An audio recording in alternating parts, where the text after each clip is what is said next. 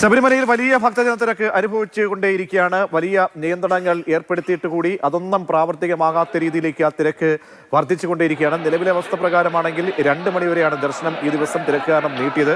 അതിനുശേഷം ഇനി 1 മണിക്കൂർ മാത്രം ഇടവേള ഉണ്ടായിരുന്നു. അരമണിക്കൂർ കടന്നുപോയി.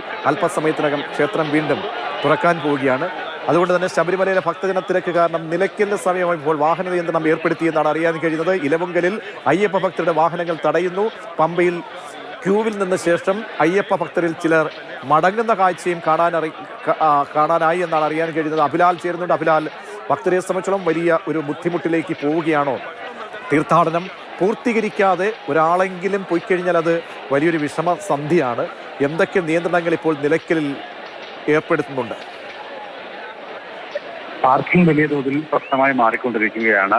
വലിയ തോതിലുള്ള ഭക്തരുടെ തിരക്ക് സന്നിധാനം മേഖലയിൽ നിലവിൽ തന്നെയുണ്ട്. അതിന്റെ ഭാഗമായ നിയന്ത്രണങ്ങൾ പമ്പയിലും നിലയ്ക്കലും ഏർപ്പെടുത്തി കഴിഞ്ഞിരിക്കുകയാണ്. നിലയ്ക്കലിലെ പാർക്കിംഗ് ഗ്രൗണ്ട് ഏറെക്കുറെ നിറഞ്ഞ സ്ഥിതിയാണ് എന്നതിനാൽ തന്നെയാണ് നിലവിൽ സന്നിധാനം മേഖലയിലേക്ക് അല്ലെങ്കിൽ നിലയ്ക്കൽ മേഖലയിലേക്ക് എത്തിക്കൊണ്ടിരിക്കുന്ന വാഹനങ്ങളുടെ ഗതാഗതത്തിന് നിയന്ത്രണം ഏർപ്പെടുത്തിയിട്ടുള്ളത്. എരുമേലി ഭാഗത്തു നിന്നും അതോടൊപ്പം തന്നെ പത്തനംതിട്ട ഭാഗത്തു നിന്നും എത്തിച്ചേർന്നുകൊണ്ടിരിക്കുന്ന വാഹനങ്ങൾ നിലവിൽ കടത്തിവിടുന്നതിന് നിയന്ത്രണം ഏർപ്പെടുത്തിയിട്ടുണ്ട്.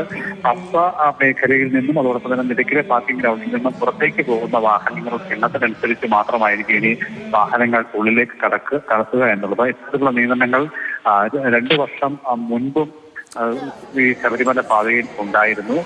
2023 അത് അനിയന്ത്രിതമായ സ്ഥിതിയിലേക്ക് കാര്യങ്ങൾ എത്തുകയും മണിക്കൂറുകളോളം വഴിയിൽ വെള്ളവും ഭക്ഷണവും കിട്ടാൻ കഴിയാത്ത തരത്തിൽ കാണുന്ന പാതയിൽ പലയിടങ്ങളിലും കിലോമീറ്ററോളം ദൂരം വാഹനങ്ങൾ കുടുങ്ങിക്കിടക്കുന്ന സ്ഥിതി ഉണ്ടാവുകയും ചെയ്തിട്ടുണ്ട്. സമാന നിലയിലേക്ക് കാര്യങ്ങൾ പോകാതിരിക്കാനുള്ള ജാഗ്രതയാണ് പോലീസിന്റെ ഭാഗത്തു നിന്നും ഉണ്ടാകേണ്ടത്. മറ്റൊന്ന്, ശബരിമല നിയന്ത്രണത്തിന്റെ ഭാഗമായി അവിടുത്തെ ഭക്തരെ നിയന്ത്രിക്കുന്നതിന്റെ ഭാഗമായി പമ്പയിൽ വലിയ നിയന്ത്രണങ്ങൾ ഇന്ന് പുലർച്ചെയും കഴിഞ്ഞ രാത്രിയിലുമുണ്ടായിരുന്നു. ഇതിന്റെ ഭാഗമായി കുട്ടികളും മുതിർന്നവരും അടങ്ങുന്ന സംഘങ്ങൾ, പ്രത്യേകിച്ച് തമിഴ്നാട്ടിൽ നിന്ന് വന്ന ആളുകൾ സന്നിധാന മേഖലയിലേക്ക് പോകേണ്ടതില്ല എന്ന തീരുമാനമെടുത്ത് മടങ്ങിയിട്ടുണ്ട്.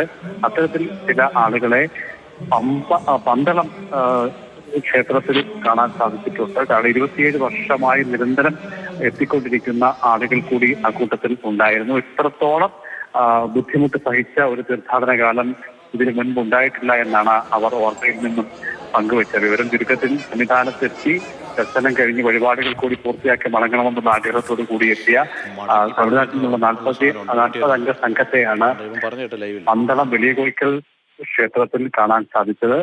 സന്നിധാനത്ത് എത്തി ചെയ്യേണ്ട വഴിപാടുകളിൽ ചിലത് മാത്രമാണ് ഇവിടെ പന്തളത്തെത്തി ചെയ്യാൻ അവർക്ക് സാധിച്ചത്. വലിയ നിരാശയോടുകൂടിയാണ് സംഘാംഗങ്ങൾ മടങ്ങിയത്. പ്രത്യേകിച്ച് ചെറിയ കുട്ടികളും പ്രായമേറിയവരും സംഘത്തിലുണ്ട് എന്നതിനാൽ തന്നെ പമ്പയിൽ ഇത്രത്തോളം നിയന്ത്രണമുണ്ടെങ്കിൽ പിന്നീട് മല കയറി സന്നിധാനത്ത് എത്തുമ്പോൾ അനുഭവപ്പെടാനിടയുള്ള ബുദ്ധിമുട്ടുകൾ കൂടി മുന്നിൽ കണ്ടുകൊണ്ടാണ് സംഘാംഗങ്ങൾ തീർത്ഥാടനം പാതി വഴിയിൽ ഉപേക്ഷിച്ച് നാട്ടിലേക്ക് മടങ്ങിയത്.